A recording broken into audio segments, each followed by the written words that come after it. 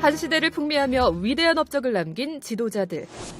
동서고금을 막론하고 인류의 역사에는 불세출의 리더들이 존재해왔습니다. 리더의 덕목은 제일 중요한 포용력. 좀 책임을 지는 사람. 카리스마와 인품이 중요하다고 생각합니다. 도덕심이 제일 필요하다고 생각해요. 여러분이 가장 존경하는 인물은 누군가요? 한 여론조사에 따르면 한국인이 가장 존경하는 인물은 바로 이순신 장군인데요.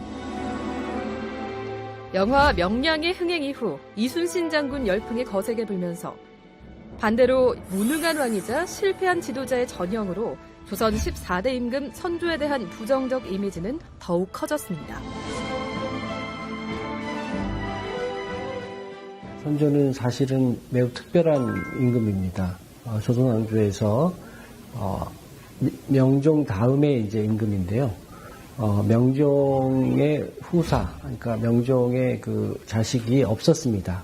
그래서 선조는 당시에 여러 그 정식 왕자가 아닌, 대군이 아닌 군 중에서 선택을 받게 된 그런 케이스였는데. 임진왜란이 발발하고 신립이 이끄는 16,000명의 대군이 한금대에서 외에게 대패하자 선조는 대신과 대간을 불러 도성을 버리기로 결정합니다. 하지만 전시에 왕이 도성과 백성을 버리고 하천, 피란길에 나선다는 것은 엄청난 치욕이었으니 첫 반개 승통이자 첫 서손 출신으로 조선의 임금이 된 선조의 정치적 행보는 이렇게 순탄치 않았습니다. 결국 재위 내내 정통성 콤플렉스에 시달렸던 선조는 백성을 버린 임금이라는 꼬리표까지 달게 됩니다. 당시는 지금 같은 민주국가가 아니라 왕정국가이기 때문에 왕이 사로잡히면 전쟁이 끝나는 것이었거든요.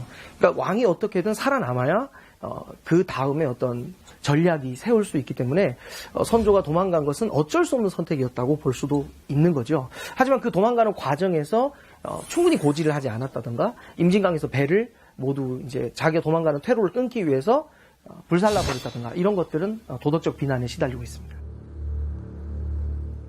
선조는 끝내 백성을 사지에 남겨두고 파천길에 오르는데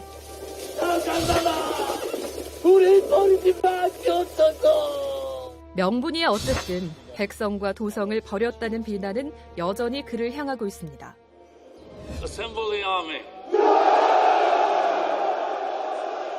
국난의 어려움 속에서도 끝까지 백성과 국가를 지켜낸 지도자들이 있으니 대표적인 사례가 바로 예루살렘의 왕 보두행 4세. 그는 십자군 전쟁 당시 병든 몸을 이끌고 나가 예루살렘 왕국을 지켜내는데요.